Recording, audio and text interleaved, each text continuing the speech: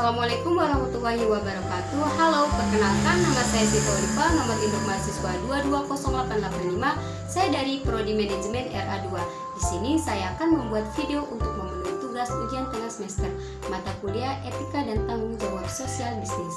Dosen pengampu yaitu Bapak Asep Rafiuddin SEMM. Nah, di sini ada beberapa materi yang telah dipelajari. Salah satunya yaitu materi pertama tentang bisnis yang beretika. Apa yang dimaksud dengan etika bisnis? Etika bisnis merupakan cara untuk melakukan kegiatan bisnis mencakup seluruh aspek yang berkaitan dengan individu, perusahaan, dan juga masyarakat. Etika bisnis dalam suatu perusahaan dapat membentuk nilai, norma, dan perilaku karyawan, serta pimpinan dalam membangun hubungan yang adil, sehat, dengan pelanggan atau mitra kerja, pemegang saham, masyarakat. Etika bisnis dapat menjadi standar bagi seluruh karyawan, termasuk manajemen perusahaan, dan menjadikannya sebagai pedoman untuk melaksanakan pekerjaan sehari-hari dengan dilandasi moral yang luhur, jujur, transparan, dan sikap yang profesional. Nah, etika bisnis mempunyai fungsi, yaitu fungsi etika bisnis. Sebuah perusahaan harus tahu pengertian etika bisnis dan juga bagaimana cara untuk menerapkannya. Nah, di sini yaitu satu, adapun reputasi yang baik. Jadi sebuah perusahaan yang mampu menerapkan etika bisnisnya dengan baik pasti memiliki citra yang baik pula. Yang kedua yaitu meningkatkan kepercayaan, di mana perusahaan yang jujur akan mendapatkan banyak manfaat dan salah satunya kepercayaan dari konsumen. Yang ketiga yaitu tentang keuntungan yang maksimal, di mana penerapan etika bisnis yang tepat mampu meningkatkan loyalitas pelanggan sehingga perusahaan bisa mendapatkan keuntungan yang maksimal. Nah, selanjutnya yaitu materi tentang perusahaan dan pemangku kepentingan. Pemangku kepentingan perusahaan, nah diantaranya yaitu ada karyawan. Karyawan adalah pemangku kepentingan internal yang sangat penting bagi perusahaan. Mereka memberikan tenaga kerja dan memberikan kontribusi nyata dalam mencapai tujuan perusahaan. Adapun selanjutnya yaitu pelanggan. Pelanggan adalah sumber pendapatan utama perusahaan. Mereka memiliki harapan yang tinggi terhadap produk dan layanan perusahaan. Nah, kemudian adapun pemilik memiliki kepentingan besar dalam memperoleh laba dari investasi mereka di perusahaan. Mereka juga berperan dalam pengambilan keputusan yang mempengaruhi arah perusahaan. Keempat yaitu masyarakat memiliki kepentingan terhadap dampak sosial dan lingkungan yang ditimbulkan oleh perusahaan. Adapun manfaat melibatkan pemangku kepentingan, yaitu satu, sebagai inovasi, di mana dengan melibatkan beragam pemangku kepentingan, perusahaan dapat lebih berinovasi dan menciptakan produk dan layanan yang lebih baik. Kemudian yaitu adanya kepercayaan. Perusahaan yang terbuka dan transparan dalam melibatkan pemangku kepentingan cenderung lebih dipercaya dan dihargai oleh masyarakat. Kemudian yaitu adanya resolusi konflik, di mana melibatkan pemangku kepentingan dalam pengambilan keputusan penting dapat mengurangi kemungkinan terjadinya konflik di kemudian hari. Materi selanjutnya yaitu tentang globalisasi dan etika bisnis. Apa yang dimaksud dengan globalisasi? Globalisasi adalah suatu proses yang terjadi di mana dunia semakin terhubung dan saling bergantung pada satu sama lain. Globalisasi dan etika bisnis.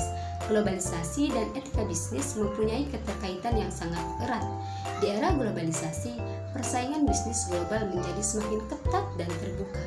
Hal ini menjadikan penting bagi para pelaku bisnis untuk beretika dalam berbisnis agar dapat bersaing secara sehat dan berkelanjutan. Etika bisnis yang baik akan membuat suatu perusahaan semakin dapat dipercaya dan mempunyai reputasi yang baik di mata konsumen dan masyarakat. Hal ini akan berdampak pada pertumbuhan bisnis dan keberlangsungan bisnis dalam jangka panjang. Nah, kemudian selain itu, etika bisnis juga penting untuk menjaga hubungan antara negara di era globalisasi dalam bisnis internasional. Perbedaan budaya, nilai dapat menjadikan kendala dalam menjalankan bisnis. Etika bisnis yang baik membantu para pelaku bisnis untuk memahami nilai-nilai dan budaya negara tempat mereka beroperasi.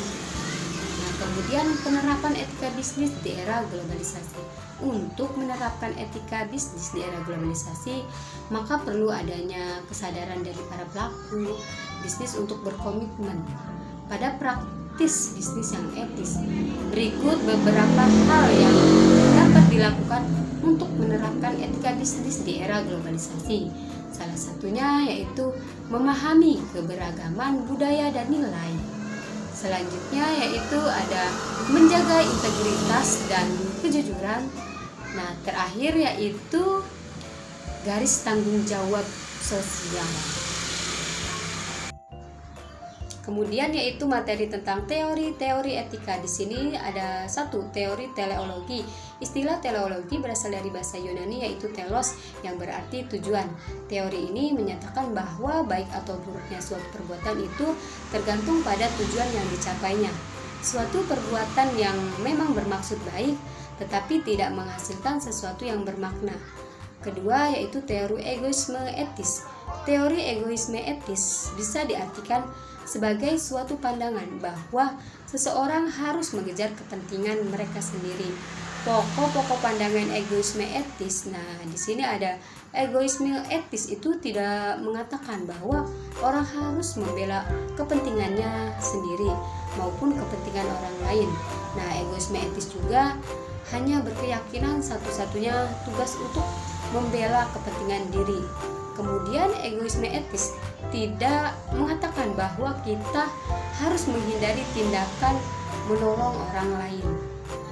Nah, materi selanjutnya yaitu tentang tanggung jawab sosial perusahaan dan audit kinerja sosial.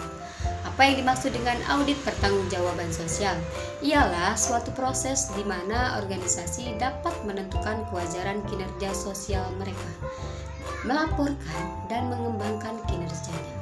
Audit pertanggungjawaban sosial mengukur dampak sosial dan perilaku relasi perusahaan. Audit pertanggungjawaban sosial diharapkan dapat dipergunakan untuk menilai dampak sosial dari kegiatan perusahaan, mengukur efektivitas program perusahaan yang bersifat sosial, dan melaporkan sampai seberapa jauh perusahaan memenuhi tanggung jawab sosialnya. Nah, di sini ada pun manfaat tanggung jawab sosial perusahaan, yaitu meningkatkan citra perusahaan. Selanjutnya yaitu mengembangkan kerjasama dengan perusahaan lain. Nah, ketiga yaitu memperkuat brand merek perusahaan di mata masyarakat. Nah, kemudian adanya membedakan perusahaan tersebut dengan para pesaingnya. Dan terakhir yaitu memberikan inovasi bagi perusahaan. Materi terakhir yaitu tentang hak dan kewajiban pemilik usaha.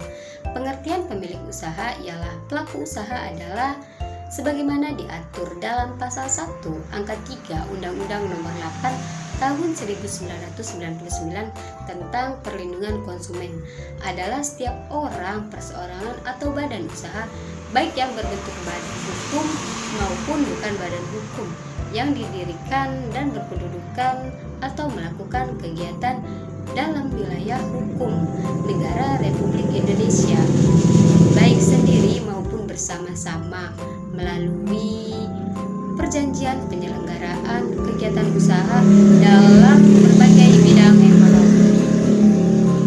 Hak pelaku usaha ini terdapat pada pasal 6 Undang-Undang Nomor 8 Tahun 1999 tentang perlindungan konsumen. Telah disebutkan bahwa yang menjadi hak pelaku usaha hak untuk menerima pembayaran yang sesuai dengan kesepakatan mengenai kondisi dan nilai tukar barang dan atau jasa yang diperdagangkan. hak untuk mendapat perlindungan hukum dari tindakan konsumen yang beretika tidak baik. Selanjutnya, hak untuk melakukan pembelaan diri sepatutnya di dalam penyelesaian hukum sengketa konsumen.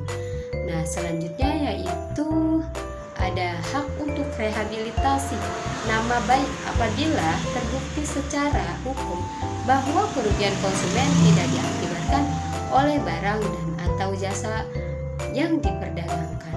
Hak-hak yang diatur dalam ketentuan peraturan perundang-undangan